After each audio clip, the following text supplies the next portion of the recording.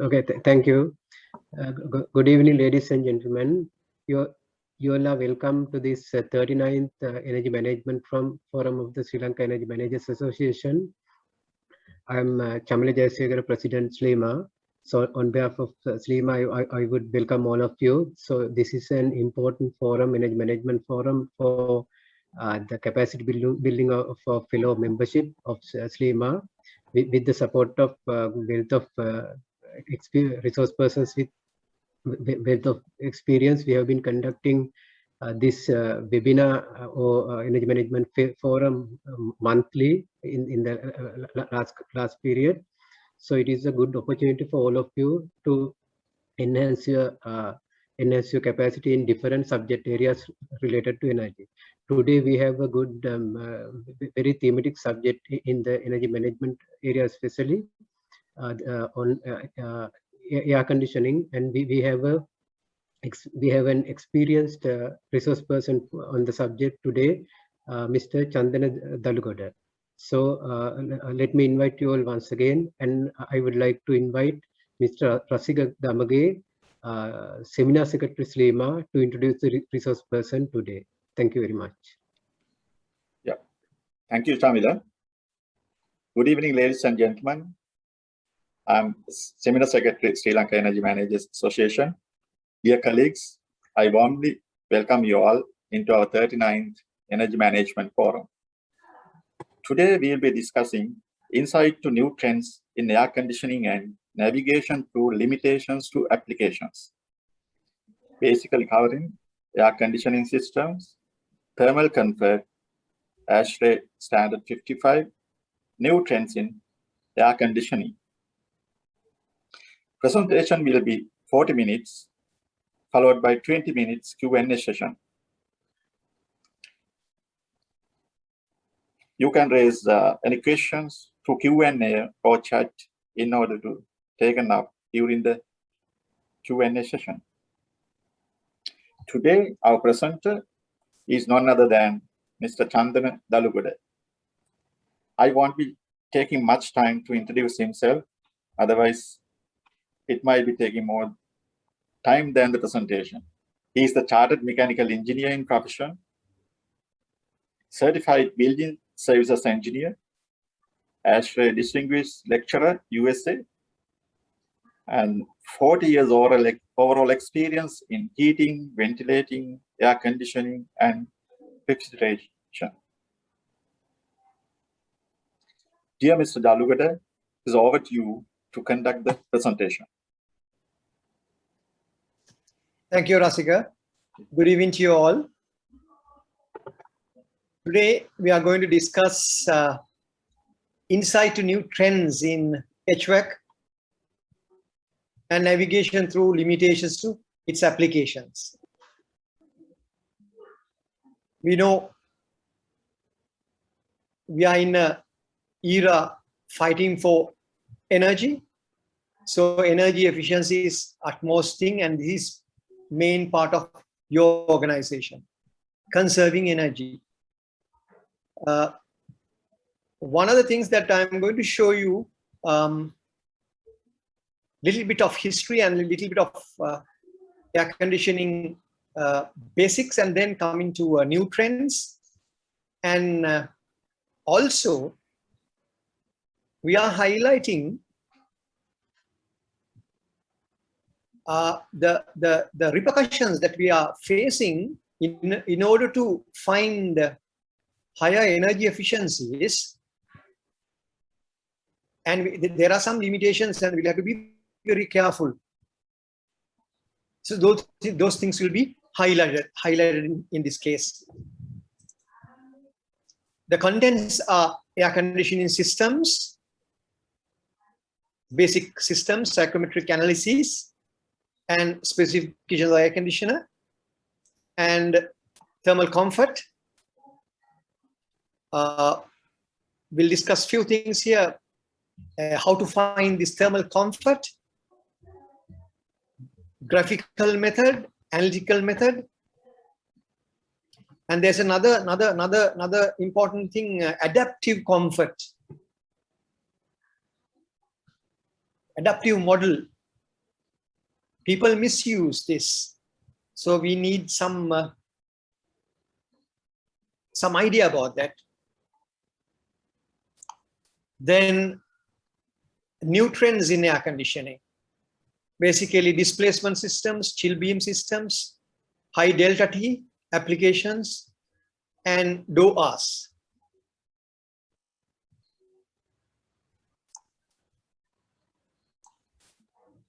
Now air conditioning systems, very quickly I will show you some of the history. We have forgotten 1902,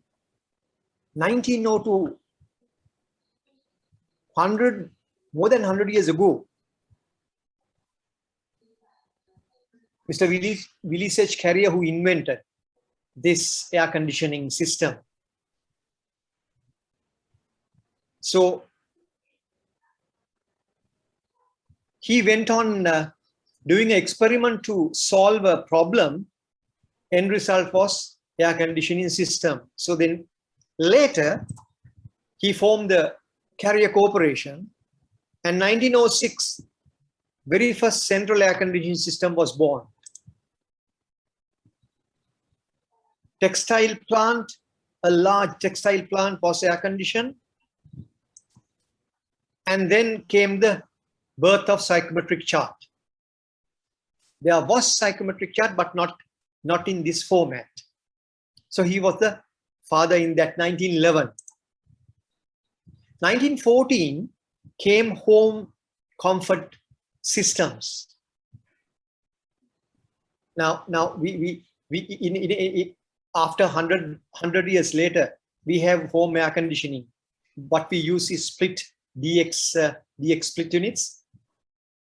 But in America, all the homes, not even America, even Canada, same systems are going on.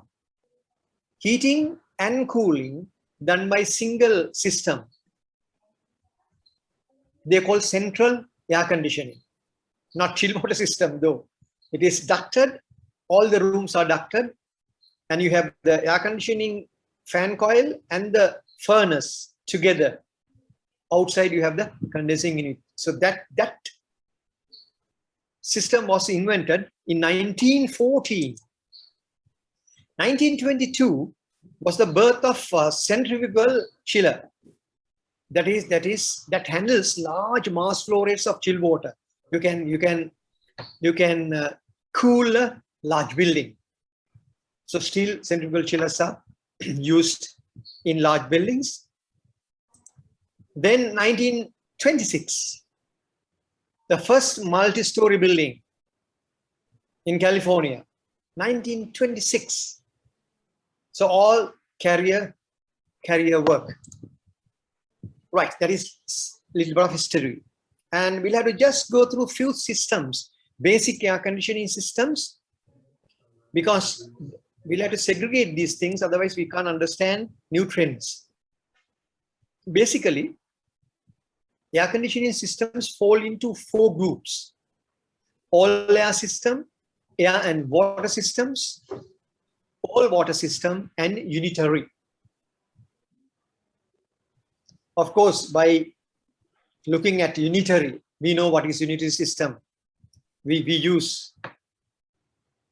Well, go back to all air. Now, all air systems use entirely air for the heat transfer. Entire sensible and latent cooling capacity through the cold air supply to the conditioned space. That means you don't have any units in the zone. Now, practically, it is still available in other part of the country, other part of the world, very common rooftop package units, not in Sri Lanka. 2-story buildings, shops, offices, all are rooftop. Now, say for instance, if you take a high-rise building in other part of the world, high-rise building, you have podium floors. First, second, third is basically shops. All these things are air conditioned by rooftop package units. System is all air. So you send supply air duct to the zone, and return air duct back to that. No additional cooling required at the zone. Major equipment centrally located. One of the biggest advantages, now these units are factory tested. You might think, why is the big deal? Now, when we take our systems, if you say large system, chill water, large systems, the chiller is factory tested, but not the other things. Not all together. Those are locally assembled. These systems, rooftop package units, are factory tested. Performance is guaranteed. Fresh air easily given on the rooftop. Extract easy. Free cooling. When the outdoor temperature drops, there's an economizer cycle. What happens? It is tracking outdoor temperature enthalpy, and switching off the AC unit takes outdoor air to the building and extract it outside when the temperature goes below 24 degrees C. Other countries, this happens quite a lot. Even Sri Lanka, you go to Kandy and up Digana area. Around 3 o'clock, 4 o'clock, temperature falls very quickly. So we have 2 or 3 hours. You can cool with outdoor air, provided RH is 50. So in Sri Lanka, it is a bit doubtful. In UK, definitely, it's 50 RH outside. All air systems. Now it looks like this. You have rooftop large unit. You can see on the rooftop here. This is a rooftop unit. And ductwork, supply ductwork goes to every floor, mind you, every floor, and return air goes back to the air conditioner. So this is a typical all air system.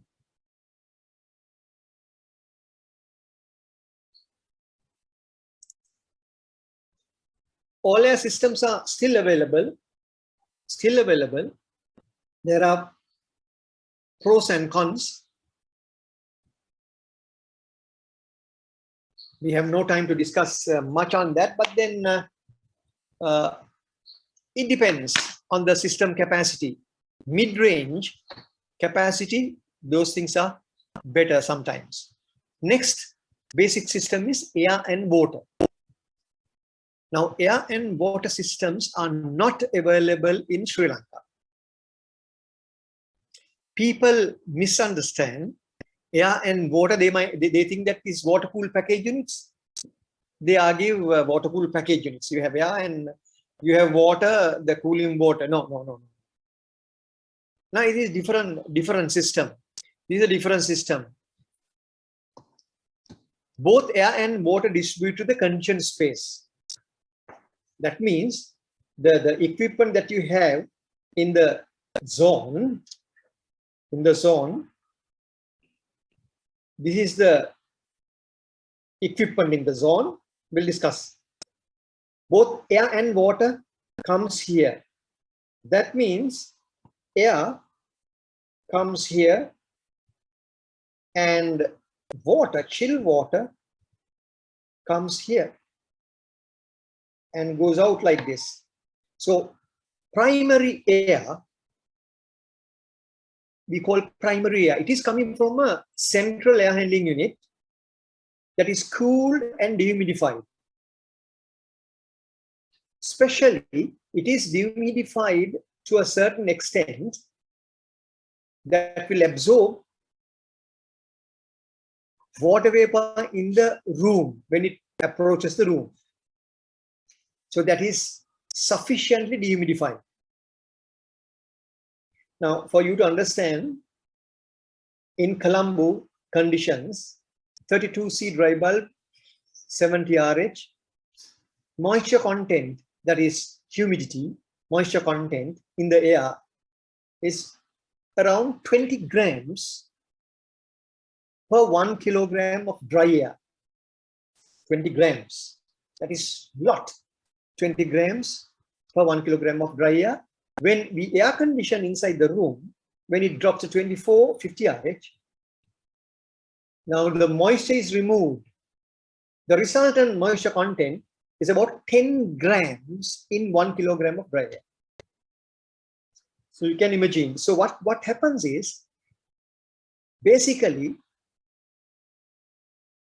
the central air conditioning system sent air with a dehumidified air with a moisture content of 10 grams in kilograms of 1 kilogram of air.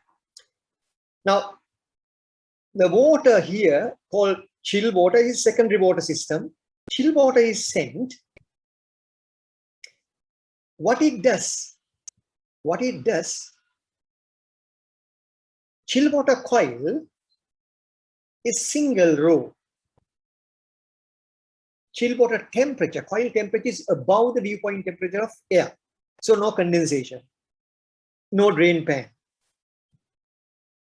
Basically what happens, the sensible you have in the cooling load of the room is sensible plus latent. Now the latent load is tackled by the incoming already dehumidified air.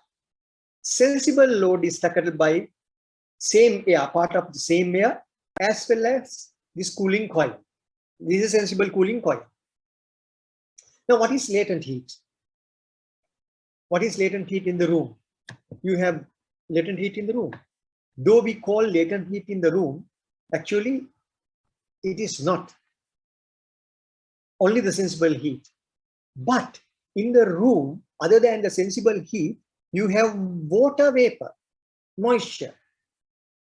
This moisture comes and hit in the cooling coil, condense back to water, condensate, giving off latent heat of condensation.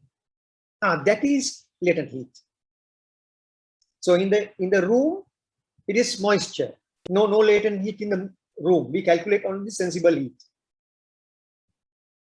Latent heat is the moisture when it comes in contact with the cooling coil and change the phase. Right. Now, in this case, it doesn't happen. This cooling coil is above the dew point temperature of air. But the primary air will absorb water vapor that has low moisture content. Now this is called induction system. We'll see the details. Actually, these were brought to world in 1950s, 60s, where during that time they didn't have smaller horsepower compressors. All compressors are 50 horsepower and above, that kind of thing. Probably 30, 40 horsepower, but never heard hermetically sealed compressor. Fractional horsepower not invented. So this was a great idea, individual room cooling. This was very much famous, popular in hospital patient rooms. Individual rooms can be controlled separately. Now, present era, today, why this is popular? Because energy conservation. When you analyze, this has a very good energy efficiency. Basically, you don't have a fan. You don't have a fan. No electrical power supply is required. Induction system. How this works is, now this is a sectional view. High pressure air, conditioned air, comes through the spigot here and enters. Mind you, here you have a jet or nozzle, because air goes through this jet, increases the kinetic energy, and the pressure energy drops quickly and displace slightly negative pressure. So that will induce that kind of a sound, induce air from the room. Now it is going through the cooling coil as well. This induced air and the primary air goes back to the room. The room air induced through a sensible cooling coil and tackle sensible part. Primary air portion with a low moisture content will tackle latent part. How nice. Important thing is, at present, Northern European countries, very popular. Even England is popular. Very, very popular. We'll discuss later why it is not applicable to Sri Lanka. So the entire cycle looks like this. You have a large HU, you have a large HU, high pressure air is pumped to the induction units, as well as chill water is going to the secondary coil. So this is air and water systems. Next item is all water systems. Now that means only water used in air conditioning system. Main energy carrier is water. So cooling heating effect delivered entirely by water loop. And the end zone unit called fan coil unit, very common, fan coil unit. So all water systems are very popular in Sri Lanka. All the high-rise buildings, all the hotels, hospitals is all water system. In Sri Lankan terms, we call central air conditioning. But don't be carried away when you type in the web. You just type today evening, you type, go home, type central air conditioning. What you get is an American air conditioning system for a house. That is central, of course. This is, well, central chill water system, to be precise. Now, this has no primary air. Unconditioned ventilation air is supplied to room. Yes, we need ventilation air also for breathing. Do you know this ventilation word used in two occasions? You should not get mixed up, ventilation. One is ventilation for indoor air quality. The other one was ventilation for comfort. So ventilation for indoor air quality, that is, we need outdoor air for our oxygen supply and to dilute CO2, also to dilute particulate matter. As you know that the air-conditioned room has to be airtight and thermally tight. Moment is tighter, concentration of particulate matter goes up. So that is a problem. So to dilute all that, we need outdoor air. Dehumidification is take place at the cooling coil. Air filter is used to reduce particulate matter.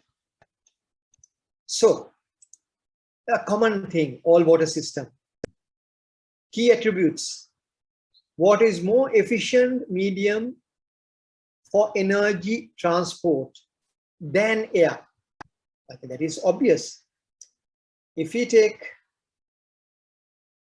just arbitrary, I'm telling you, 3.5 kilowatt hour for 1 ton of energy, you need a duct to carry certain duct. Let's say 600 by 600. I'm just telling.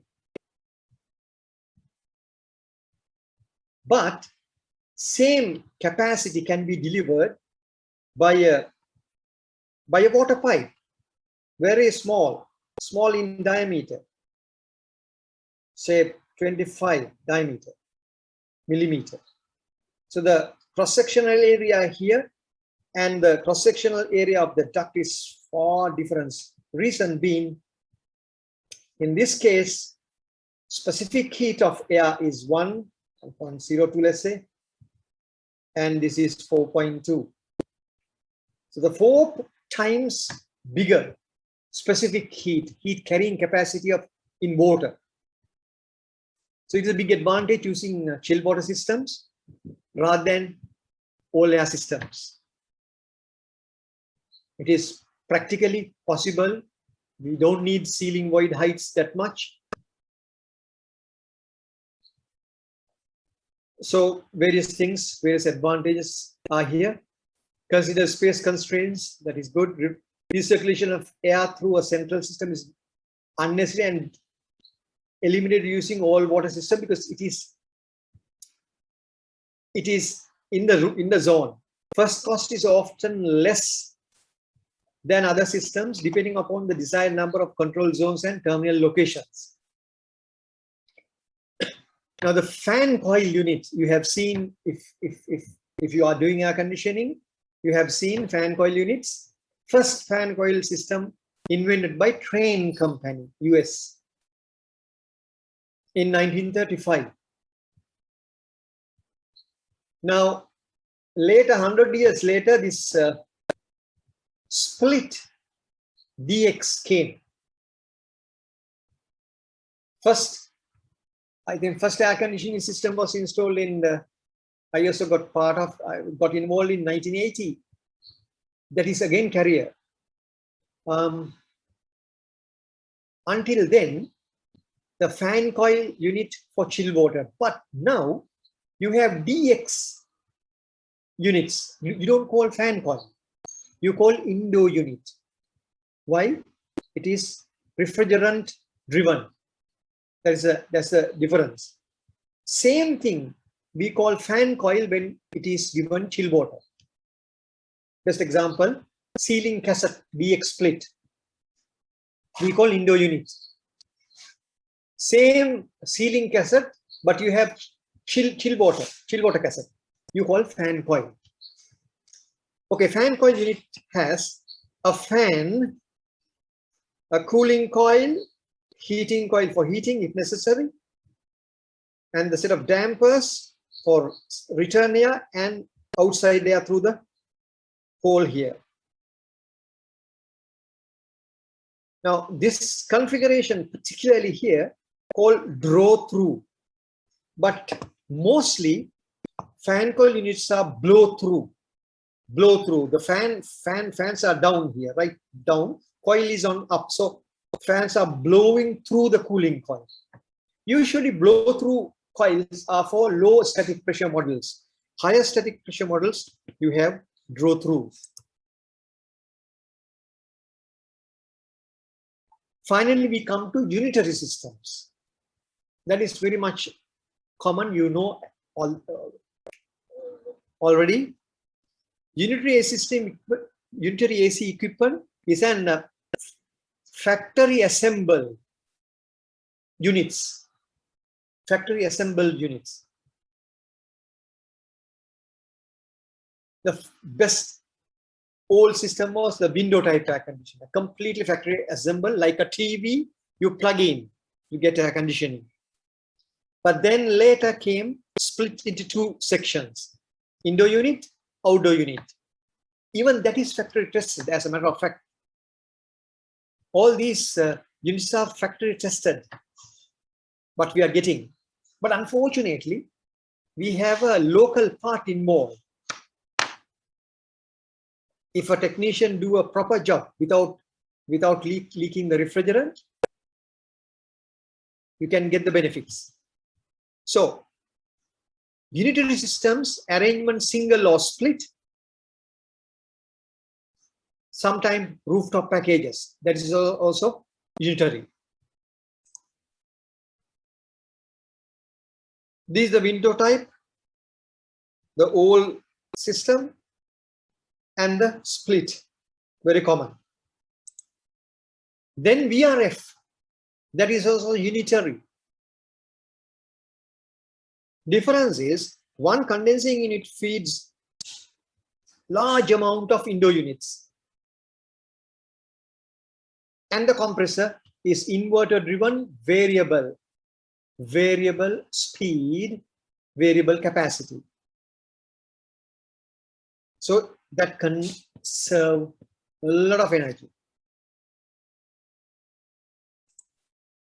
Okay, that is basically air conditioning systems. Quickly, we'll have a psychometric analysis, only the basic things. I'm not going to discuss about psychometric chart.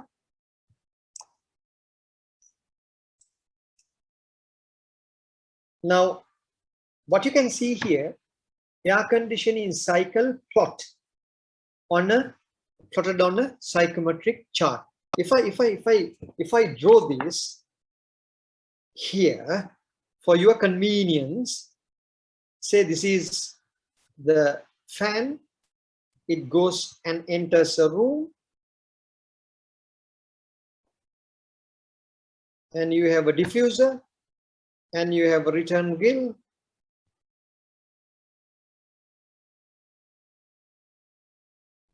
this is return air, this is supply air,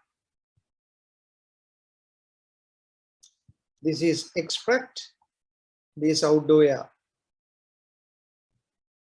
Now outdoor air is at 1, condition 1, mixing with room air or return air, 2 here, return air at 1 and 2 mix and becomes condition 3. Now this goes through the cooling coil, cooling and dehumidification coil, and leaves at 5. It's right here, 5. If we neglect the heat from the fan, let's say this is 5. We have assumed supply duct has no heat gain, supply fan has no heat gain, return air duct has no heat gain. Now entering air is 5. Now 5 to 2 is the process, another process. So all that we can find here.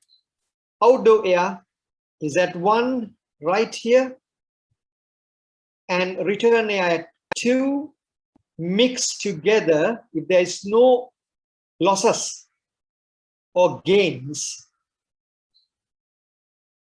the resultant position 3 on the straight line, this is where the air now entering the cooling and dehumidification process. Cooling and dehumidification process shown in the psychometric diagram like this, leaves the cooling coil at 5, no heating through the fan and the duct. Now it undergoes room conditions. What is happening in room? Heating and humidification. It is going up like this. So this is the basic air conditioning cycle. Air mixing, cooling and dehumidification, heating and humidification. 3 processes. 3 processes are happening. Okay, it is clear, right? Now we can discuss something very important. Now you can see 2, there is a room condition 2450 RF. Can you see that? Yes. Now to maintain indoor design condition of 2450, dew point of air should be below 13. That means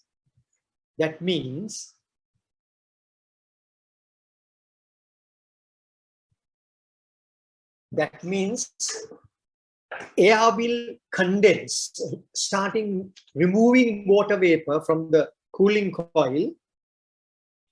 If the coil surface temperature is below 13, the maximum is that. Why? At 2, you can plot dew point by going horizontally until saturation curve hits. The figure is 13. Now this gives a very important thing.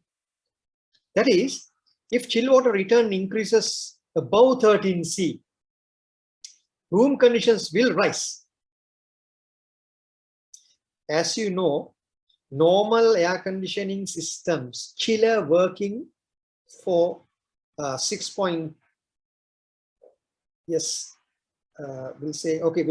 degrees C, 7 degrees C and 12 degrees return.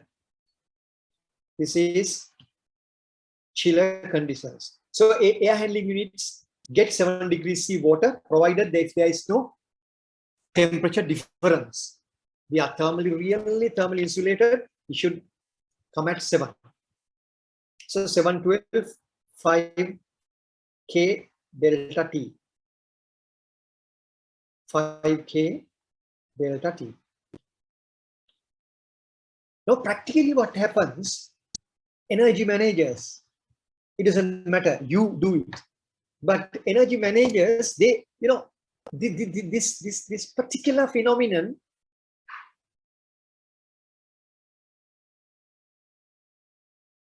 hijacked by the building owners,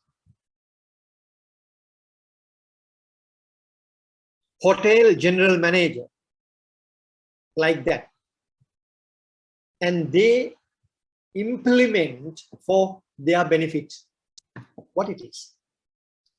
Chill water reset. What is chill water reset? In ASHRAE 90.1, it is compulsory for chillers above a certain 80 certain thermal load.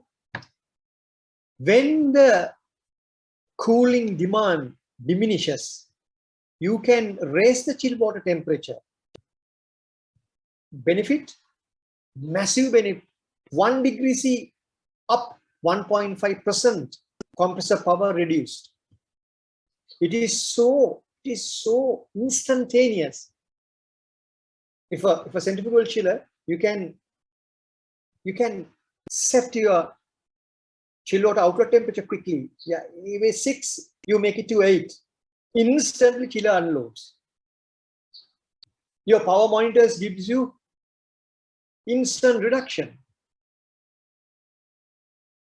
What happens is, people just know this, and they want the plant operators and the engineers, hey, come on, what is the temperature that you are running the chiller? 7. No way, put it to 10. So similarly, your return temperature also goes up, because they are doing it with the load. You can do it during non-occupied hours. Yes, in the night, you are supposed to do it, but not always. I have gone to my own installations when they complain. There are condensation on certain places. When you go there, you can't believe. Supply temperature, will you believe? Supply temperature is 12 degrees C. Return 16. Why? Who said? General manager. For energy conservation. So this should not be. Why this 712 was set? This 12 was set as our highest temperature in the cooling coil should be 13. For safe side, we have 12. Chiller, minimum temperature you can operate is 4.5 C before freezing. That is also very difficult. If the flow rate goes away, it will freeze, instantly freeze. We have experience, we have seen these complete chiller breakup. We have seen. So to avoid freezing, minimum temperature you go to 6.6. Actually, that's the real value. AHRI conditions. That is 6.6 C and 12.7. I think 12.2.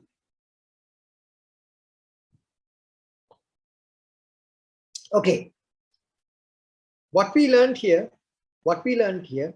we cannot raise evaporator temperature above 13 C during loaded conditions, during daytime basically. What will happen? Relative humidity increases. You can see in this picture, in this slide rather, what are the consequences? What are the consequences? See,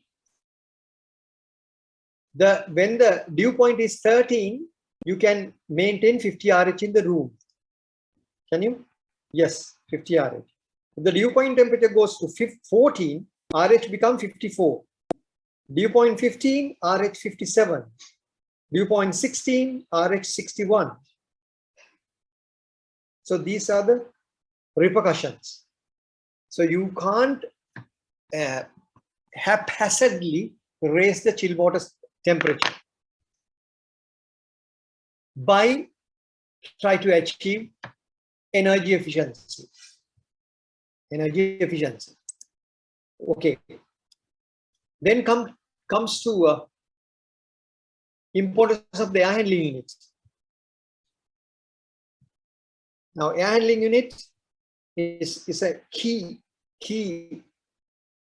equipment of the air conditioner. True air conditioner comprises HU plus a chiller or HU plus a DX condensing unit.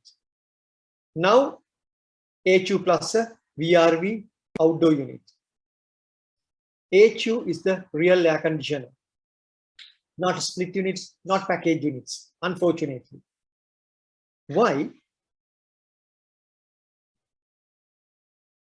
HU is custom made because we give these to supplier: sensible cooling capacity, sensible heat ratio, coil conditions on off, chill water entering leaving, supply air volume, outdoor fresh air.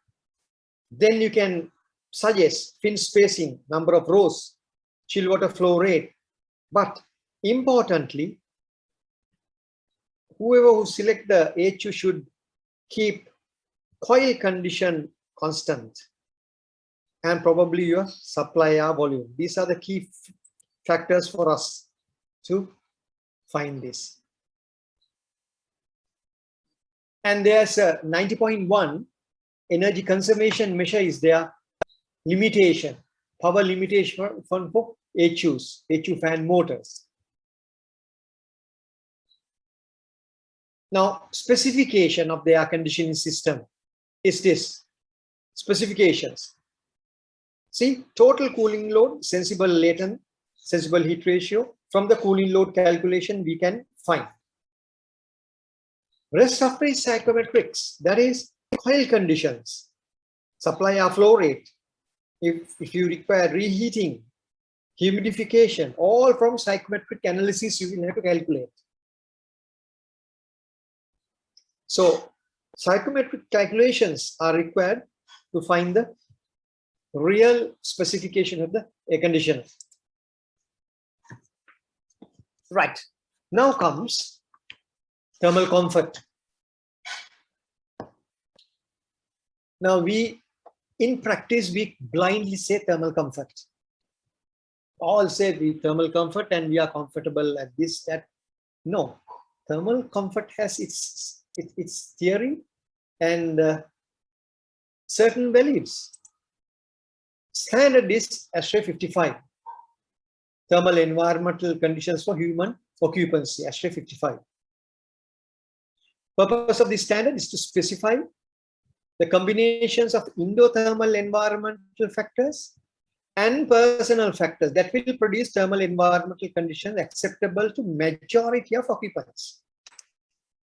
Now, the definition is so important, so much important, because you know why? Because I couldn't tell you this at the beginning. Air conditioning falls into two categories: human comfort and process cooling.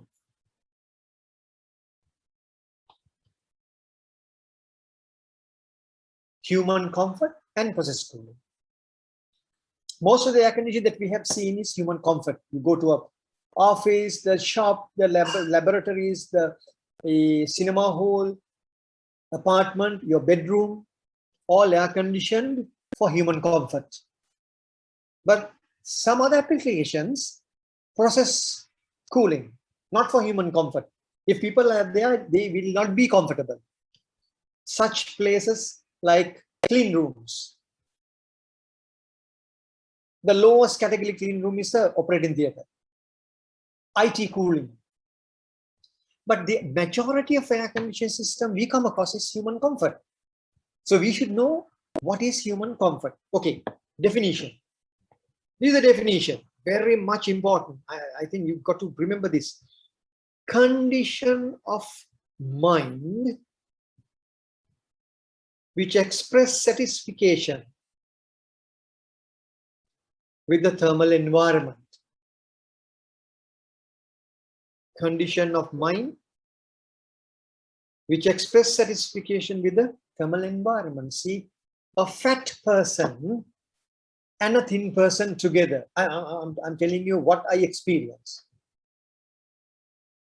When I was chilling outside in autumn, my brother-in-law is a fatty person, huge Britisher.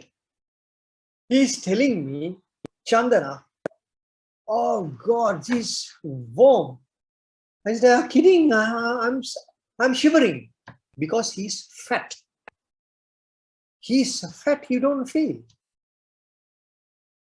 So many things involved. Your clothing. So we'll come to that. Factors affecting thermal comfort. There are 6 primary factors that must be addressed when defining thermal comfort. There you are. These 6 factors affect the thermal comfort. You just can't say temperature. Temperature 24 or 26. Some say 27 is good for our thermal comfort.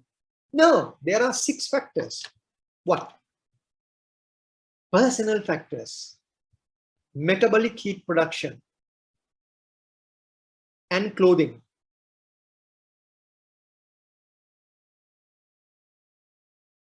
Physical factors, air temperature, radiant temperature, relative air speed, and humidity. We have no time to discuss in length, but just quickly go through this. Metabolic heat production. Now, as you know, the activity changes the metabolic heat production. When we are sleeping, our heat production is very low. When we are seated in the computer, little bit.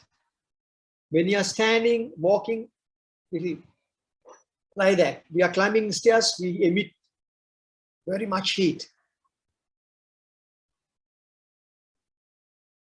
So we create heat, or we due to chemical reaction after digesting our food and the activity. So clothing, on the other hand, is a resistance to our body heat transfer. It's a resistance. Now see, if we are in a hot weather with thick clothing, the heat transfer won't happen because of the insulation. So hot weather, we should wear short sleeve, cotton, thin shirts, because heat will dissipate very quickly. But when we are in a cold weather, our heat, if it dissipates, then we will get a chill or a draft. So we'll have to conserve our energy, heat rather. So we need thicker clothing. So metabolic heat production, clothing is 2 factors, personal factors. Then outside, physical factors, say air temperature. Very obvious, very obvious. Air temperature increase or decrease. When you are hot, air temperature has to be decreased for you to feel comfortable, because heat will transfer. Vice versa, when you are shivering, when you are cold, the air temperature should be higher. Obvious. Radiant temperature. Now we don't care about radiant temperature. When you are in a place, workshop, even in your computer, if the computer surface temperature is higher than the air temperature, part will radiates. If you go to a kitchen, same thing. If you go to a factory, same thing. In factories, people complain. They measure temperature. Temperature is 27, but they are perspiring. They are complaining. Why? Because they are by the side of a large heat emission machine. So radiation directly heat up your body. Like you in a car, you feel hot, partly due to radiation. Relative air speed. Air speed is a very key factor. Very common to understand. Say, if we are outside, we feel very hot. Automatically, our palm work like a fan. Our hand work like a fan. We fan ourselves. If we have a fan, table fan, pedestal, we put it fast. Then we feel comfortable. Why? Our sweat evaporates. Latent vaporization absorbed from the skin. Skin temperature goes down. Simple. But on the other hand, when you are in a cold weather, if your air speed is higher, then you will get a chill or draft. That environment, air speed should be low. That's why people wear scarves. That is not for girls only, even the boys. Now in UK, 5 o'clock, people go out from your office. Everybody goes through the lift, just carrying your bag only. But moment lift touches down the ground floor, everybody take their scarf and put it. Otherwise, outside air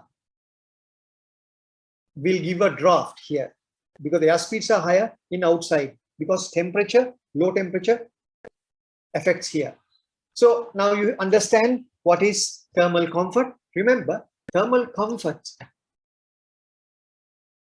has 6 factors, just not the temperature alone. And the humidity. Humidity is what? Humidity, very important. Humidity is the moisture in the air. Now, moisture in the air saturates.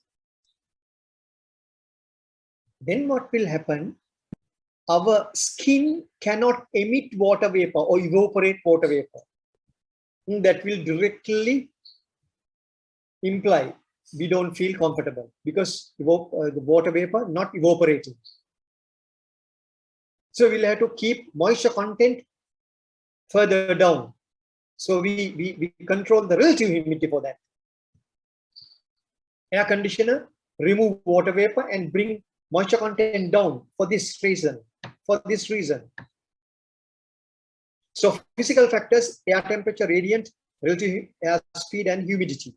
Personal factors: metabolic heat production and clothing.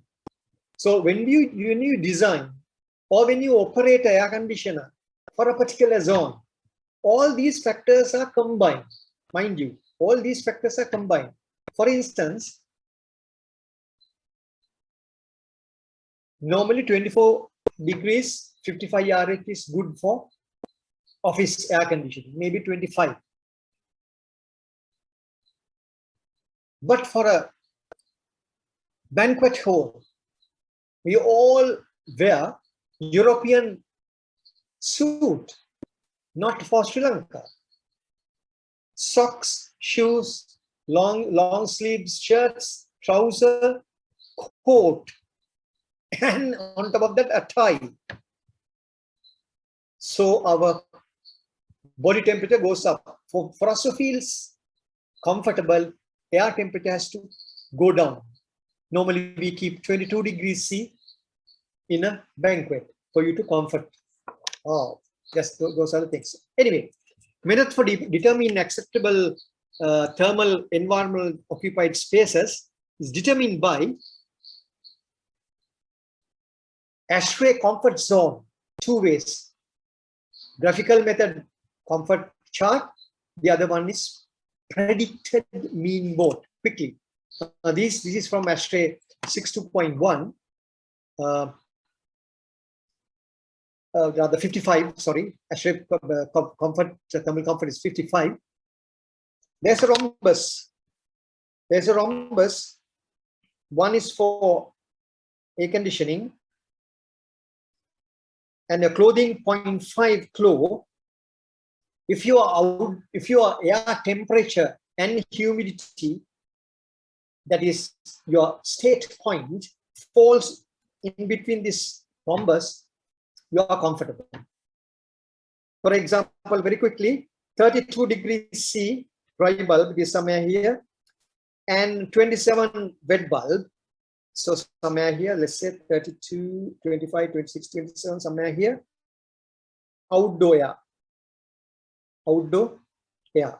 Not comfortable. Not comfortable at all. But this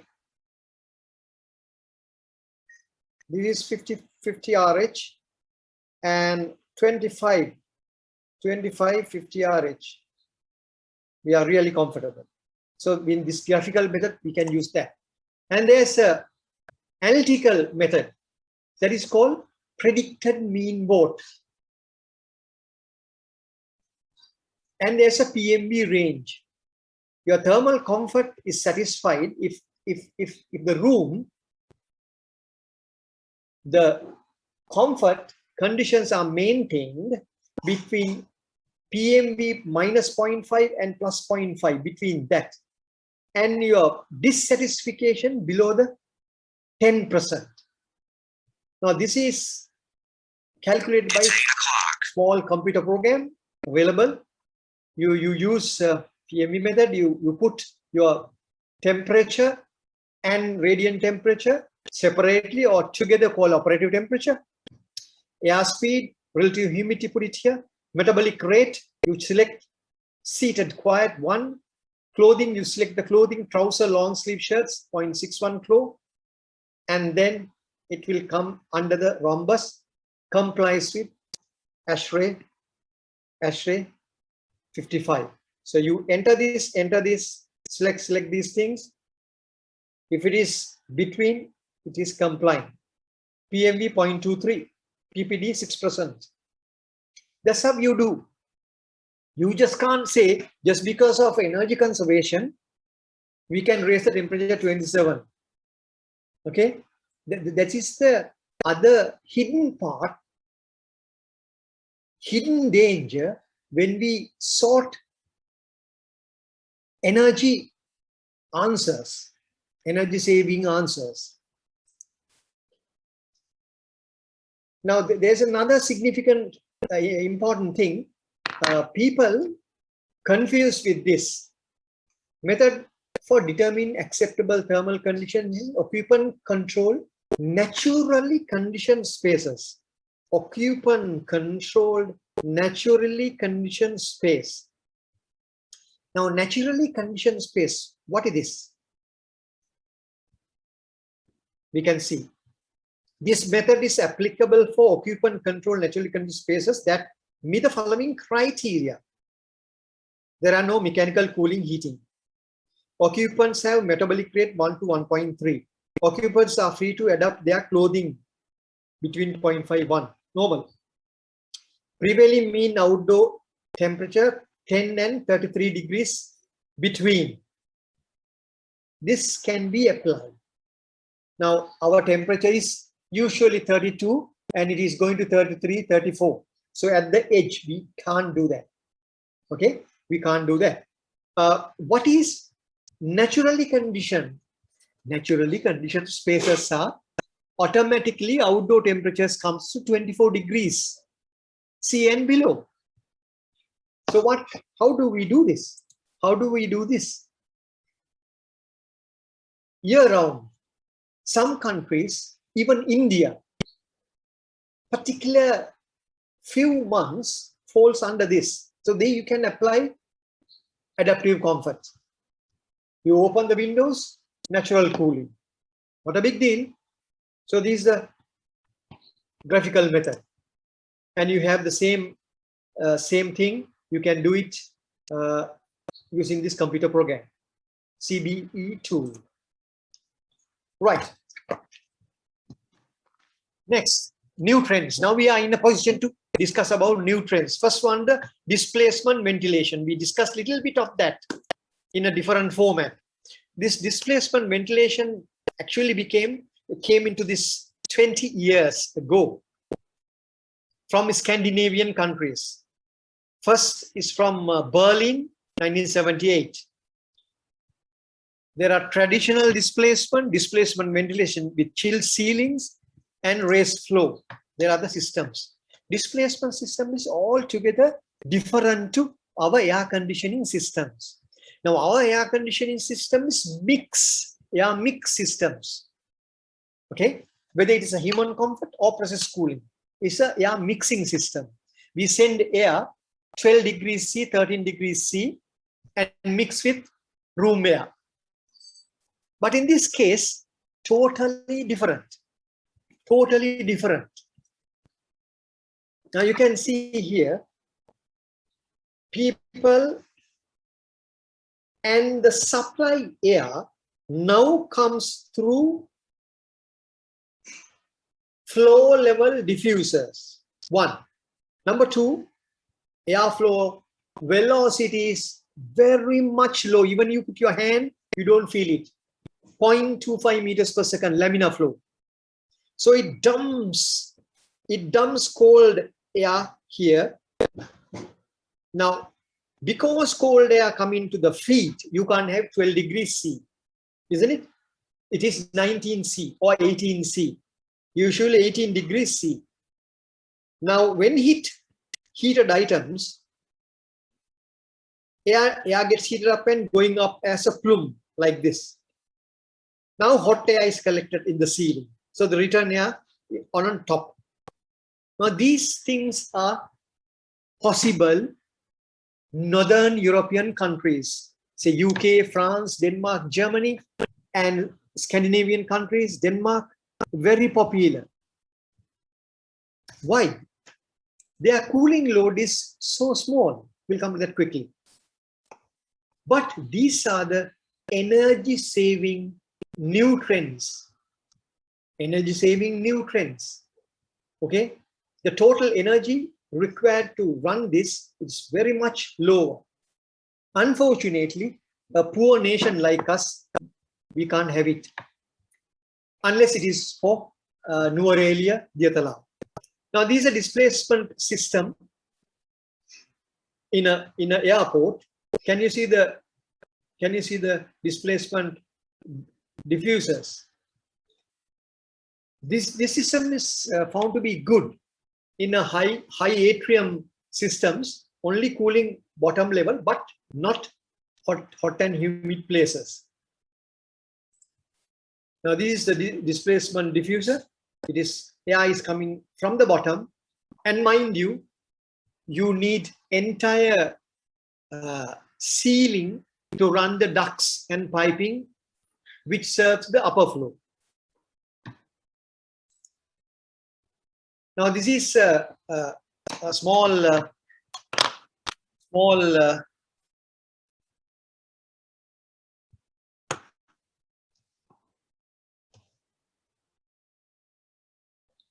I don't want to. We have no time. This illustration shows a displacement diffusers. The air comes through bottom and going up. Okay, going up.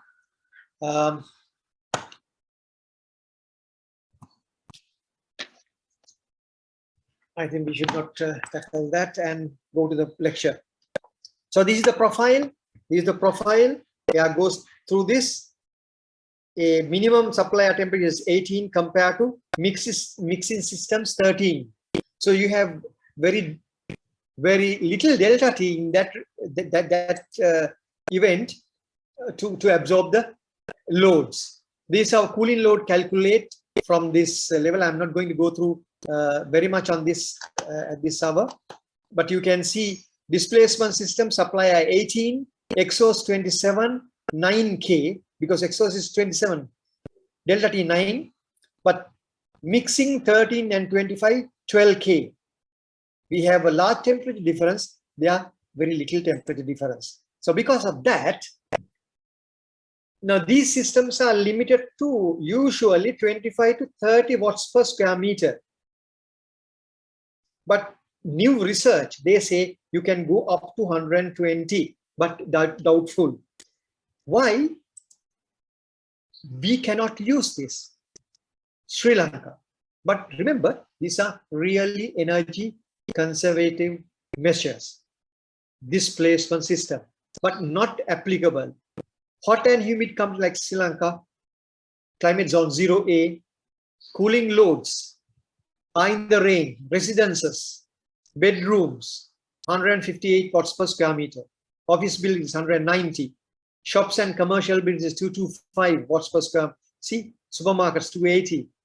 So it is very well below. In fact, I tried this.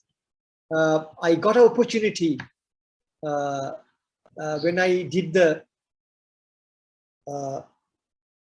HNB Jaffna building. Professor Athalage was the green consultant. He told me, Chandana, this is your last time, first and last time to do the displacements. So I went on and designed it, because I had, fortunately, the diffuser selection program from UK. I brought it. So I did that, but then I found, no, you can't. Your load is so I had to sort. I had to learn. Quickly, I found ASHRAE had a small design guide. I bought it and then found this data. 38 is the very low. 32 very low cooling loads. Very low cooling loads. So we didn't do that. We went back to normal air conditioning. Now, European countries have low cooling loads due to atmospheric conditions and their construction, new factors. Now, CIBSE manual shows, you can see here, application manual, cooling loads are 30 to 40 watts normal in UK. If 40 watts exceeds, you are supposed to air condition. Now that is CIBSE application manual AM10. You have a flow chart. How to select whether ventilation for comfort or air conditioning, full air conditioning. Right. But you have a nice example in Swarnabhumi Airport in Bangkok. This was done with full displacement ventilation. Now you can see a view, Swarnabhumi Airport. You can see displacement diffusers all over the place here. 1, 2, 3, like that. So it cools only this area. You can see here. You can see. And these are the thermal images. This was designed by one of the doctors from Malaysia. I met him in IESL. He came for another lecture. So I quietly go and ask him, did you had a long pull down time in the Swarnabhumi? He quickly stared at me and, oh my God, how did you know? Because I was going for factory visits every other month. So I could remember the very first day open, few weeks later, not cooling. 2 months, not cooling. 6 months down the run, slightly cooling. But they have done a very good study, very good design. How? Their glass facade had a real items, low E coating, solar reflection is 70%, absorption only 28%, all that. And they had the flow cooling also. Can you see flow cooling? Flow cooling also. With all these, unfortunately, it didn't cool much. Now, after 1 year or 2 years later, when I went, I had a pathetic look. Everywhere mushroom air conditioners, DX units. So that shows it is a bit difficult to do this displacement in tropical climates. But on the other hand, these pictures I took in Istanbul airport. Istanbul has an airport, world largest now, world largest. Istanbul airport has entire thing air conditioned by displacement ventilation. That was running very well because that is temperate climate. Istanbul in Turkey, main part is in the tropical weather. The European side is the capital. So that is temperate climates. It is doing well. Then the induction systems quickly. That is also used in European climate. See these we discussed earlier. Induction system and row of induction systems, very well, very good energy conserved systems because no fans, very low COP, very low total energy kilowatt per ton. This is how they calculate the humidity ratio required by the induction system and the refrigeration load. And you have got lot of advantages. You can go through it later. And psychometric analysis, induction system for summer cooling. Now this large cooling dehumidification from the main nature. Sensible cooling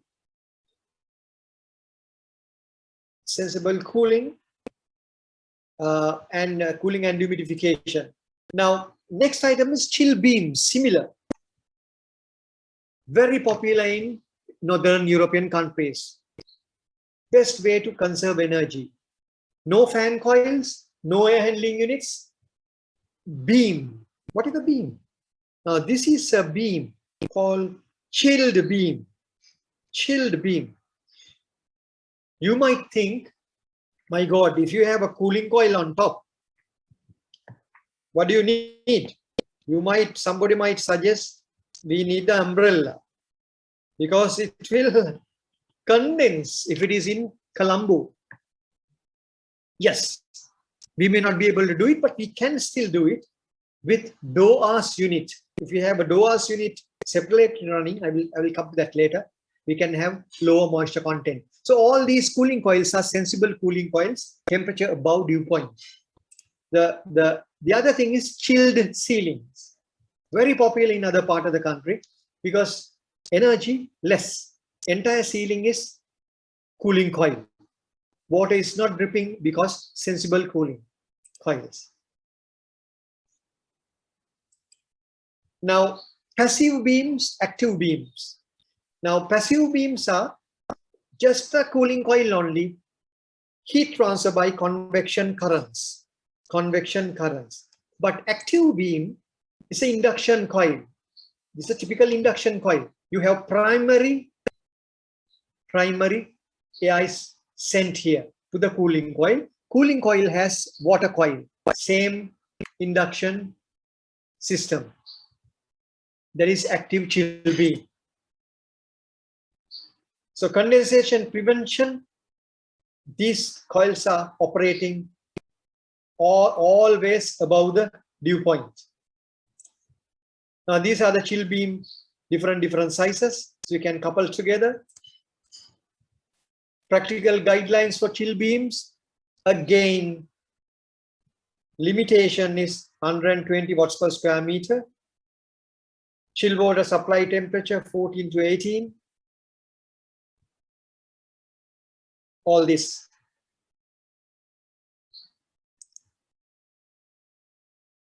Now see, just example. Now this is limited to maximum cooling load, as I told you, 120 watt per square meter. Moderate internal latent loads. Now see, latent loads in other countries. See, Paris.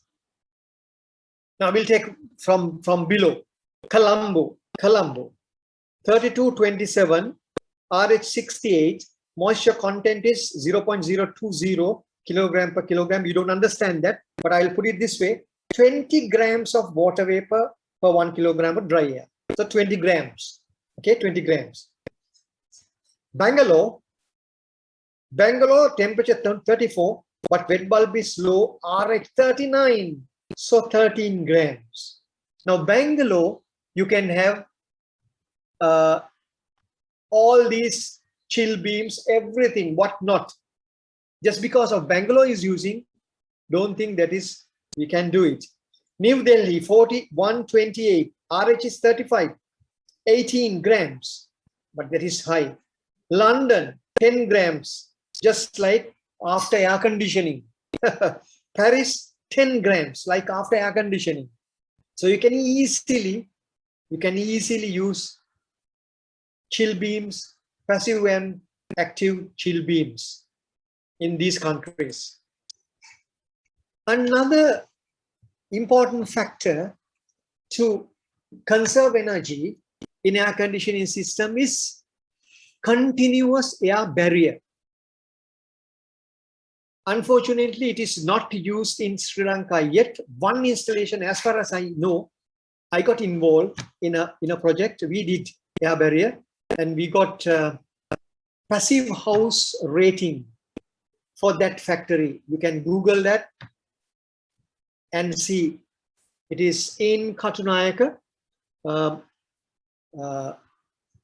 will tell you what the place is. It is the world's second building. You got that passive house rating for a building as such. What is continuous air barrier? You have a air barrier right round the building. Mind you, right round the building, there is no water vapor transmission. Air barrier shall extend to lowest floor level, exterior walls, ceiling and roof. Now, in future, we have to use these things. Now the water vapor transfer will be diminishes. Then your air conditioner latent loads diminishes. Then you might be able to use the new trend air conditioning systems. How? Passive chill beams, active chill beams, easily. You have to have continuous air barrier systems. The other thing is air leakage testing. Now, it is not happening in Sri Lanka at all, but in that particular project, we did all that air leakage testing. Now, for example, in UK, every building, every house, every apartment tested for air leakage. So you reduce water vapor transmission and infiltration. Your loads are down, because this is so important in cold weather, because heating is affected. As you know, a cooling load against a heating load. Let's say for a given building, if it is the cooling load for a room, we'll say 12,000 BTU room, 12,000 BTU room, heating load will be about 2,000 BTUs. Not even that. Maybe 500 BTUs. So simple, so small rather. In that context, if there is cold air leaking into the building, you can't heat. So air leakage testing is very important in cold weather countries, but for our energy conservation, this is a must. I hope this will come to Sri Lanka very soon. So application limited chill beams. Reduce air leakage through building envelope and use continuous air barrier, as I told you. To handle the large latent loads, ventilation load, use dedicated outdoor air systems. There's another important thing, dedicated outdoor systems. We'll learn quickly. Standard delta T and high delta T. Another item for energy conservation. Okay, energy conservation. Delta T of your chill water system, it is advised by the ASHRAE 92.1. It's a compulsory. Delta T increase. How? Normal delta T is 5K. We discussed later, just while ago, 6.6 and 12.2.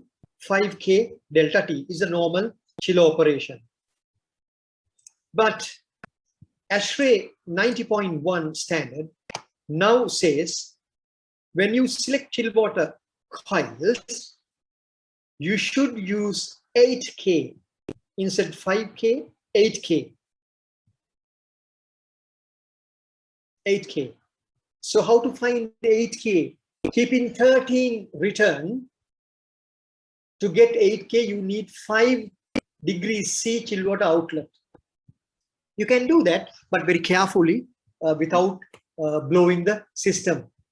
If you can't have 8K, at least 7K, that will give you a lot of advantages. Your chill water piping will become smaller, chill water flow becomes smaller, compressors will become smaller, chiller can handle more loads. So you can compare this 300-ton chiller here, 5K delta T. Chill water flow is 50 liters per second. When it is 8K, water flow is 31 liters. It is reduced, dramatically reduced. Pipe sizing, earlier you need 200 millimeter, now you need 150 millimeter. So your first cost going down. Pump head, 25 meters, 18.5 kilowatt motor, now you need 11 kilowatt. So flow reduction, 37, pump power 40% reduction.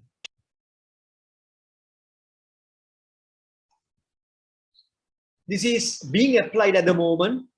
Our engineers, they are doing it in Sri Lanka to get very low kilowatt per ton of entire installation. We know normal air conditioning installation kilowatt per ton was above normally 1.2, 1.3 kilowatt per ton whole installation total. It was dropped to 0.9 easily with high efficiency chillers. But with this high delta T, it is going down to 0.7. What I heard, that is very good. But on the other hand, the limitations by ASHRAE, they say this is for variable air volume systems only, and the coil pressure drop. See, there's a limitation. You can't have this system for fan coil units, 5,000 CFM and below. You can't have for constant air volume systems. It is dangerous. But you can have for VAV. This is the ultimate goal. So these are the important things, very much important things in air conditioning systems. The new trends are applied to reduce energy. But again, there's a thing called low delta T syndrome. One way, high delta T is a very good answer. But what is really happening in now other systems, the low delta T becomes narrower and narrower. Then what happens? Now delta T is 5. It becomes 3, 2. But you find some places are not cooling. So you compel to load another chiller. But the load side, no heat transfer properly. That is because improper water flow through the system. So you need BMS, proper BMS, flow meters, and constant monitoring systems to get 100% flow through system. Then you can reduce the chillers on load, or you can reduce the chiller capacity and achieve very high kilowatt per ton ratings.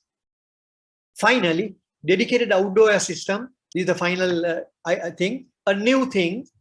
Actually, this was invented by ASHRAE, one of our previous presidents, ASHRAE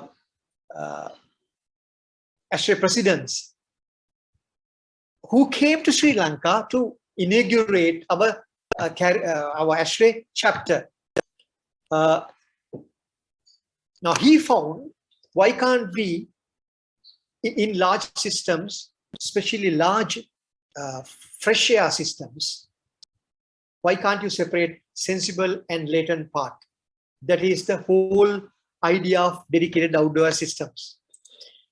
You have separate units for dedicated outdoor air system, DOAs, improving humidity control, reducing energy, drastic reduction of energy. We'll go through that quickly here, and we have come to a conclusion of the lecture here. But you've got to understand this marvelous piece of equipment, preliminary used in systems for large air loads, humidity loads handled.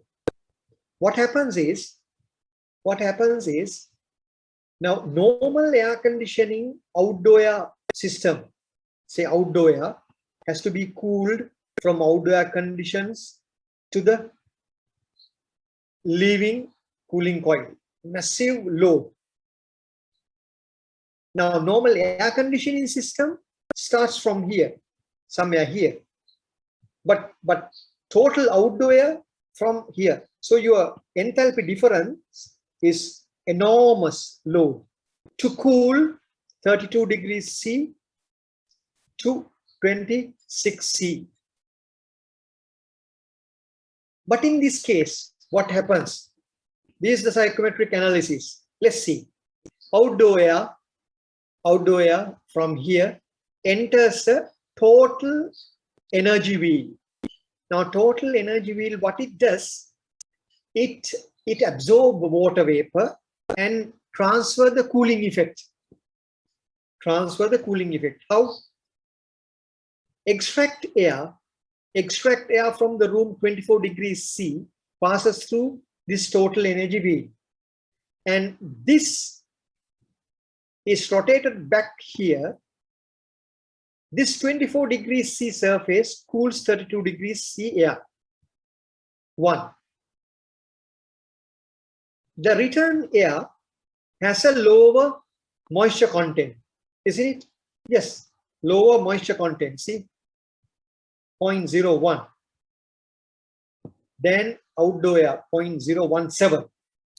So this wheel, when comes here, the low moisture content water vapor absorb high water content and comes back and release, which goes outside. See, moisture water vapor comes here and goes back this way because this is rotating. This cooling as well. So the cooling and dehumidification happens here. OA dash. So OA dash, cooling and dehumidification, like a cooling coil. like a cooling. But the funny thing is, this is free. Oh, this is free. So if I draw the enthalpy difference, now this is same here. This is same here, same length. But now this is not there. Now only this much. So this portion is entirely free. Then what happens? There's a preheat coil. Later we can see this preheat coil. This is what happened. This heating and humidification. This goes like this and enters the desiccant wheel. Now this desiccant wheel only absorbs water vapor. Absorb water vapor and then going through the cooling coil. So then OA to CA, OA dash to CA process going down like this, because there is a cooling coil also. Then goes to CA, room, CA. So what happened? If you have a large air handling unit, then somebody might ask, why you have large air conditioning for cooling outdoor air? I'll give you example. Hilton, Hotel Hilton, 400 rooms. Hilton bedrooms, fresh air is supplied centrally. HU capacity is 100 tons. All the lobbies in every floor is air conditioned. That is coming from outdoor. That is 100 tons. See, massive. So we can have doors. 50% less energy. So this is a very good thing. The application of doors here. You can have a door unit for dedicated unit for two separate individual systems. Doors unit with separate air conditioners supply fresh air, or doors unit with a rooftop unit combination, or doors unit with small ceiling concealed HUs.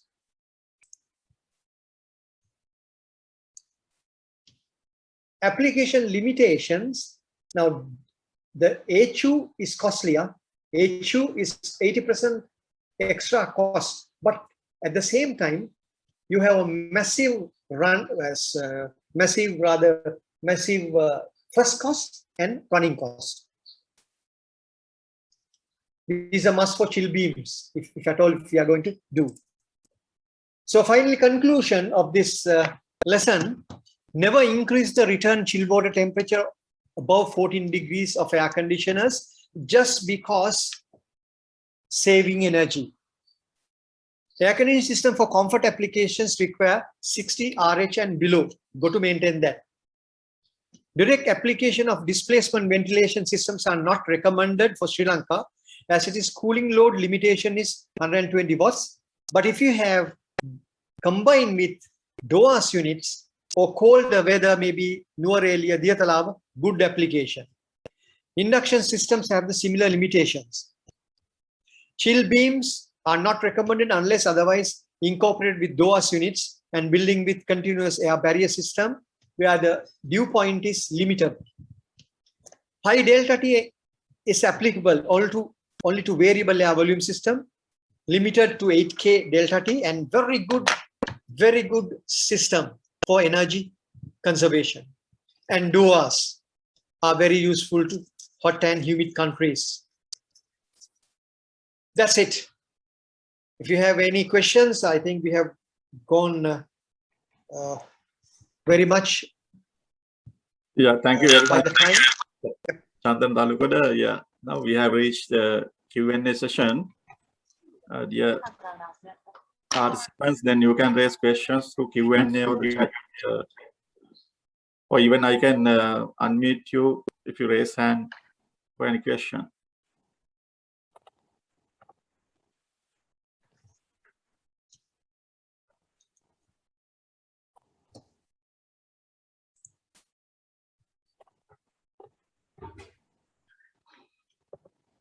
Okay, I have got questions. One question here, Rukshan Pereira. We can raise the temperature 27 by increasing fan speed. No, because we can't increase the fan speed, because then you switch off entirely. The air conditioner completely knock off, and you put the fan. Then your papers start flying. Can you have a fan? Actually, that is a basic thing why air conditioner is used for comfort. The papers are flying. When the air speed above 0.25 meters per second, papers are flying. So it is not. Then you don't order an air conditioner. Just put fans and work.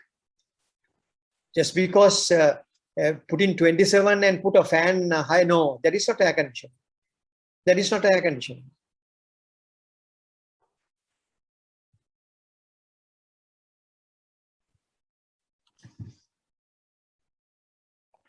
Yeah, one question raised through chat.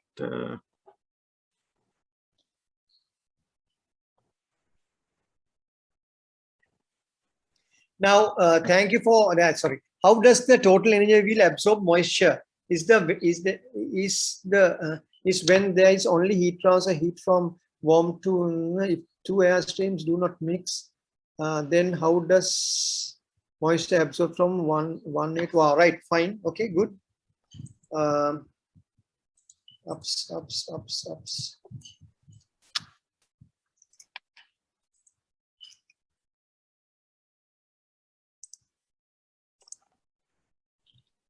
Right.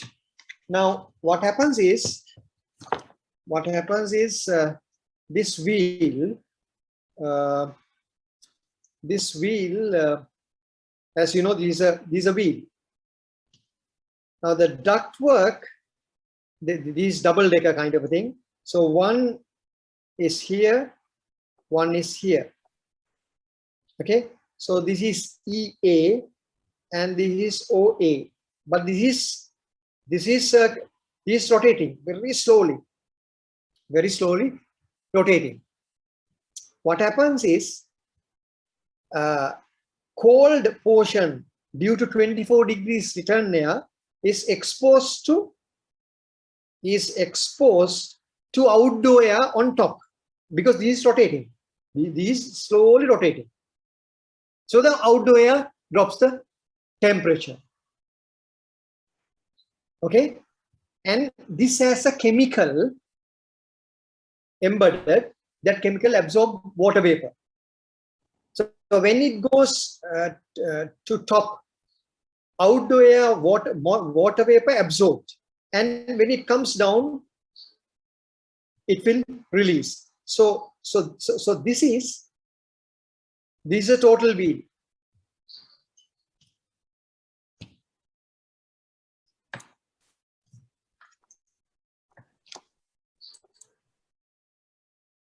Okay, there are few. Actually, comfort zone 24 to 27, 50 to 60 RH. Why have they given range 24 to 27? In India, they maintain 27 with low velocity fan running inside the. Yeah, that's the thing. That's the thing. You forget India RH, do you? You all forget RH in India. Now your question is. 24-27C with 50 to 60 RH. Why have they given range 20? India, they maintain 27, but still comfortable, isn't it? Yeah, it is comfortable. Why? 27, if it is outdoor RH, RH is 40. Same outdoor air comes here. So 40 RH and 27. So you feel comfortable. Your moisture will go up. But according to a comfort and certain other principles, we will have to keep it. If the RH going down below 30, what happens is the viruses, bacteria, dust mites activity will increase. So the band, the band 30 and 60 is good for air conditioning, because here the bacterial activity increase, above again bacterial activity increases. Astrea 55 is given that way. Say anyway, if coming to India, it is Indian RH. That's why mostly cricketers playing India or England, have you ever seen they put your helmet, pressing helmet and pouring water? No. When they come here, one of my friends, very early days, he came here and he asked me to go to doctor. I said, why? No, he had a problem because I'm sweating. So because our RH is around 70, they are used to 40. Okay. Can you give more insight on your passive house? Passive house cooling. Yes. The funny thing is, I forgot that name. I'm sorry. You go to web, Star Innovation Center, Sri Lanka. Passive house is, Leeds. Leeds. You know Briam. Have you Briam? Yeah, Briam is UK. Leeds is US, and US, India, and Sri Lanka. These are the green building certification bodies. Now, passive house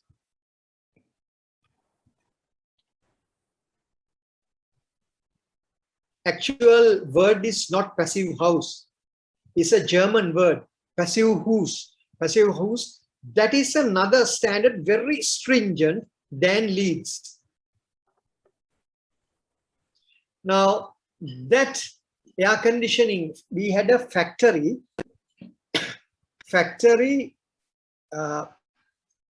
on sample factory on first floor, ground floor is the office. Now that has to be air conditioned with minimal energy. Minimal energy. What I did, I found several methods, but I finally sought to VRF with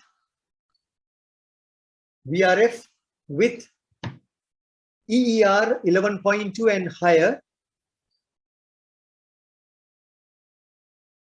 I got it from Daikin, and then VRV, we use VRV fan coils, indoor units in the ground floor, but upper is a HU. Now, HU also having VRF condensing unit, but HU, humidity control. There's a factory, a lot of people, and with the air barrier, the water vapor is high. So the passive house consultants told me, now we need to reduce humidity. Normally we use reheating, as you know, reheating. Just after the cooling coil, we heat. Very funny, is it? Yeah, that is how psychometric process is. So reheating, normally we do electric heating, but now due to energy, we can't do that. Then we'll have to find methods. So passive house consultant told me we'll have solar heating system. But I had a little research, no way. There is too much heat and too many problems. I said no. Then I went to heat pipe system. That you should learn. Heat pipe system. Heat pipe system is, I have a couple of things, but I have no time to show. Let's see, I can draw something here. Now, this is the cooling coil. This is the HU. This is the cooling coil, okay? and this is the fan. Now what you do, you put a coil like this. This a coil, this a coil. The return air, supply air. This side elevation. The plan of this plan. So you have a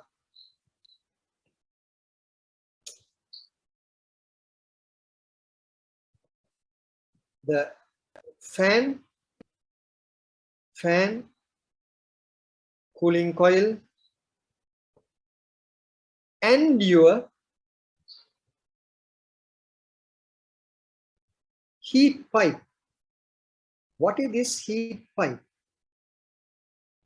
What it does, return air heat, it traps and put it in front of the cooling coil and heat. Can you understand? Can you understand? Now heat pipe, if I draw a it's a 1 unit,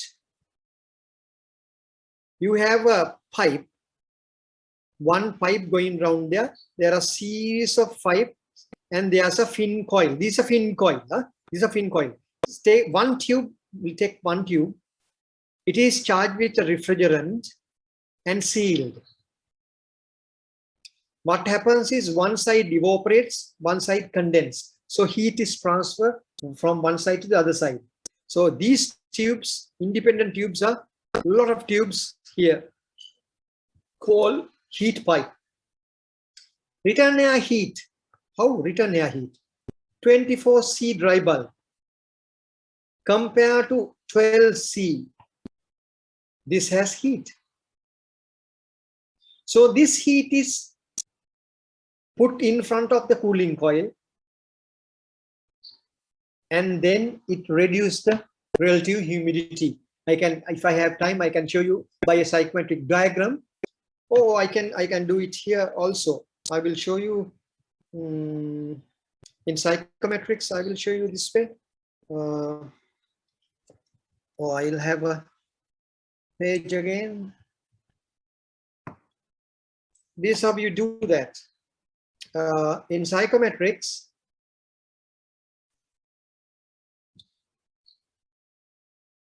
you have like that. This is cooling coil, and these are room conditions, and this is the RH50. Now what we do, we re-sensibly heat. We sensibly heat and do the room conditions like that. Okay. Actually, we don't do that right here. We now take this. I will draw it in another same thing. We get the leaving temperatures here. It's something like that, and do a reheat like this, and comes here. Now what has happened? Earlier 50 RH, now 40 RH. Can you believe? That is because reheating of air. Only different, your coil temperature is now you need more enthalpy of the cooling coil. Cooling load is more. Why? That's the same sensible heat has to be absorbed. So your enthalpy or the cooling coil enthalpy difference is larger. Okay. Same principle were used back in the old days. Then you will be able to understand more. See, this is the air handling unit. This is the cooling coil. This is return air. Okay. And you have a damper here. You have a damper here. And you have a damper here. Okay. You have a damper here. What do you mean by that? This is called phase and bypass dampers for HU. If you have the bypass damper open, return air goes and mix with the cooling air. Same thing here. Same thing here. You can do that. Hope you have understood, because that is a good question. So that's how we got passive house rating, and for Sri Lanka it is a great achievement. World's only second building achieved a passive house rating. Right, coming back, what are insulation material recommended for zinc alum roofing for conditioned space in a product environment without using ceiling? Okay. Right, and there's another good question. See, this is a zinc alum sheet. This is a zinc alum roofing. Now, without anything, massive heat transfer. Okay, this is zinc alum. This is steel. Just heat transfer. Now you're asking what are the insulation material recommended? It is the material recommended. It is the thickness and the density or the K factor. See? Now normally our people, normal insulation material they specify is glass wool with aluminium foil, glass wool 25, 50K, 50, sorry, not 50K, 50 millimeter. This is the spec, glass wool. But for greater heat transfer reduction, now we'll have to calculate. We have 90.1 target values for roofs in different climates, different countries. For Sri Lanka, 0A, climate zone 0A, you have certain R value. Actually, the zinc alum sheeting, there are two insulations are required, because we have mullions here. So you have insulation here and insulation here. So two insulations, not 50 millimeter though. It is a R value we calculate. I can't remember. So sometimes this is not 50 millimeter, maybe 100, maybe 100. So you can just imagine tile roof. We don't have insulation, do you? But for a green building, you need thermal insulation. If it is PU insulation with a certain thermal chemical, I can't remember, thickness will be about 8 inches, 200 millimeter. So what the answer for you, zinc alum, what kind of a target that you are going for? Are you going for green building? Different values. Okay, I can show you, if you can have little time. If you can give me little time, I can show you another slide how we can arrive. Okay.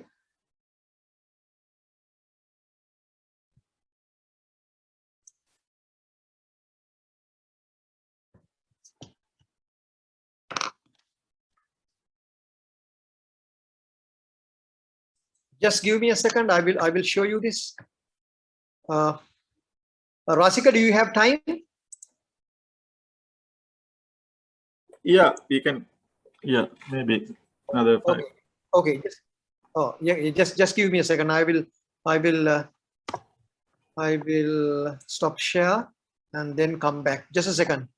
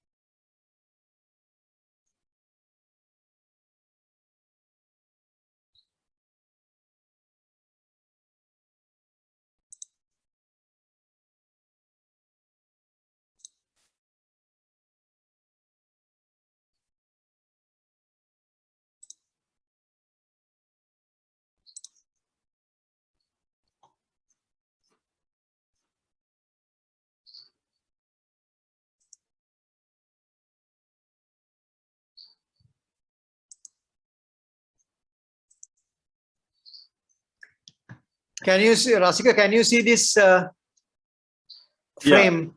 Yeah, now we can see. Yeah. Building envelope. Right. This is one of my ASHRAE distinguished lectures for reducing carbon footprint of green buildings. What you can see here, according to 90.1, the requirement for roofs. Now, what you can see here in this column for Sri Lanka, these are, of course, this is not for Sri Lanka. This I did for Rajasthan very recently, so I took that. Similar, slightly changed. Okay, you have roofs, different kind of roofs. Insulation entirely above deck means a slab. Metal building, that is zinc alum. Attic, tile building. Your target value of U factor is for a concrete slab 0.272 watt per square meter Kelvin. Zinc alum 0.232 watt per square meter Kelvin. And it's attic 9 o'clock. 0.153. See, the thermal insulation R value in IP, R value for zinc alum, I told you there are two in thermal insulations are required, 10 and 19, R10, R19. We'll go to that and I'll show you how it is.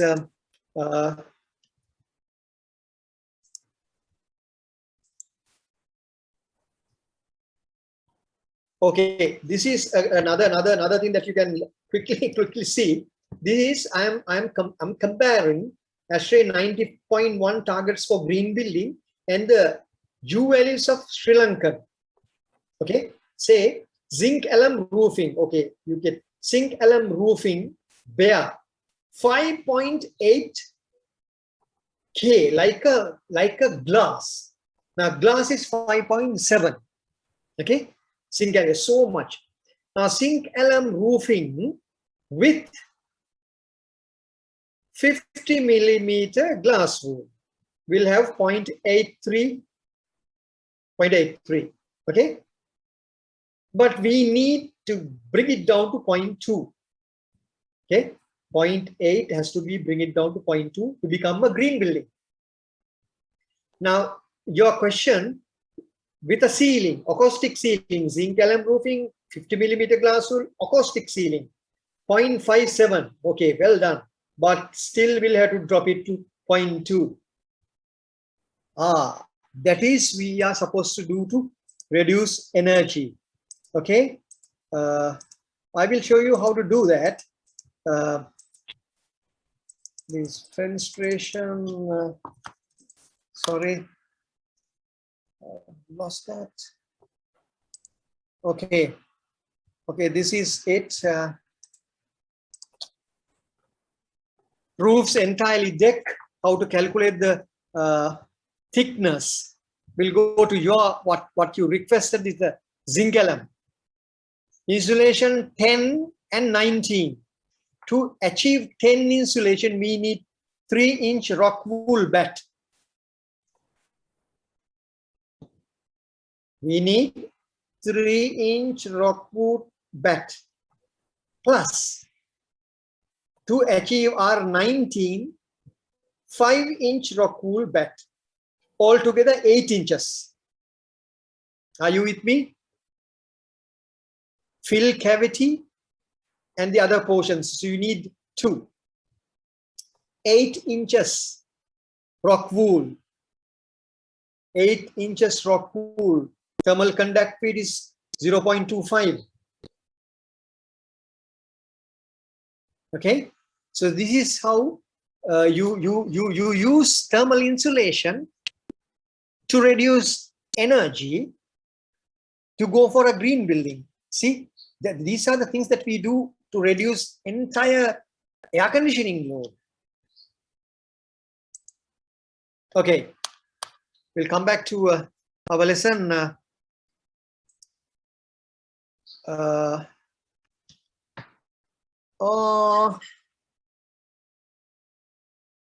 Okay, what are insulation reactors? Right, then our evaporative cooling system that are installed in Sri Lanka, especially in apparel garment, apparel garment, is a success. No, no, no, no, no, not really.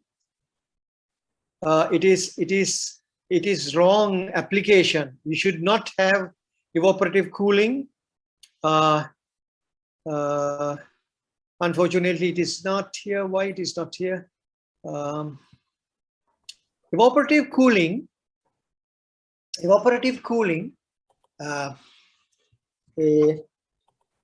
What happens evaporative cooling? You evaporate water vapor into air.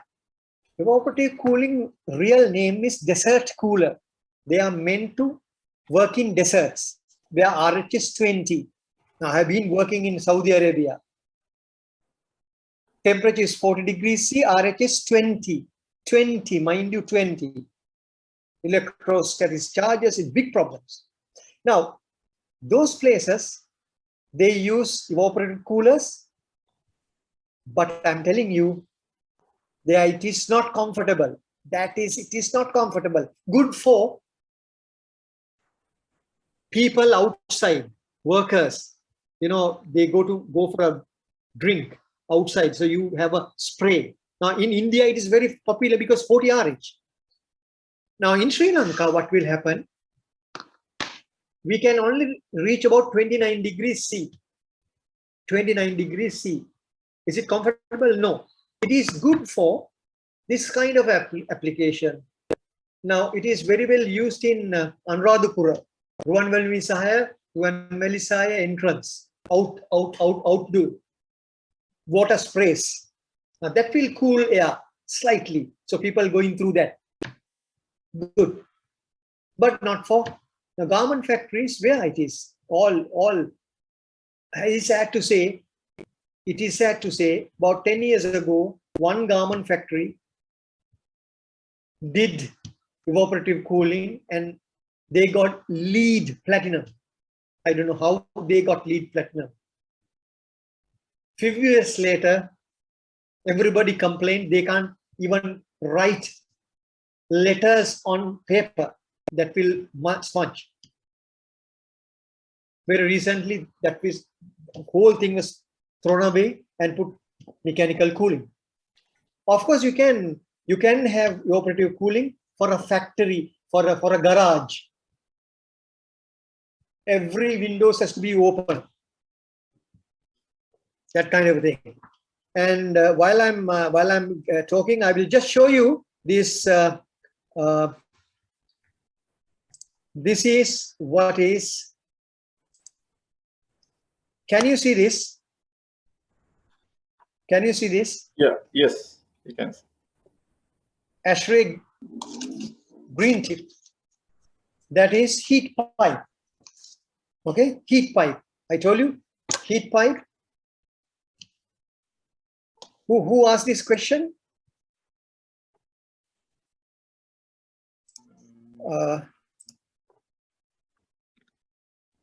Anyway, we will come back to that later. Heat pipes is a pipe with refrigerant, saturated refrigerant. One side it evaporates, one side is back to a liquid. So it is made like this, U shape. We put it over the cooling coil. So this is how it is done. Cooling coil and the heat pipe. Only hitch is dehumidification cannot be controlled by a humidistat. This is the funny side of energy conservation. Everybody should patiently listen to this. Now we are really worried of energy, do you? And we jolly well say, you can't have reheat. Reheat is wasteful energy. But for a certain application, we have to do that. We have to do that. I have installed, I'm maintaining, we have gone, we have seen. There are certain applications, say powder milk plant. You can't mess around. When the RH just move here and there, powder plant shuts. So you need electric heating. There is no waste. That is a must for the process. Okay, this is a must. In that case, you have a high humidistat that will control. But in this case, no humidistat, no control. But practically, we experience that is maintaining 52 to 54 RH. That's what I have written here. Can you see? In Sri Lanka, it is working very well. Okay, comes back to your other questions quickly. Yeah. I think we have gone much beyond the schedule. Let's stop. Right. Okay. Fine. Yeah. That's it. Then, yeah. Thank you very much, Mr. Dalugoda. Actually, that. No worries. Yeah. Now, since we have already passed the schedule, now I'm winding up the 39th Energy Management Forum of Sri Lanka Energy Managers Association. My sincere thanks to our presenter, Mr. Chandana Dalugoda, for the wonderful, very informative presentation and very fruitful Q&A session as well. And thank you very much, Mr. Dalugoda, and thank you very much for the audience.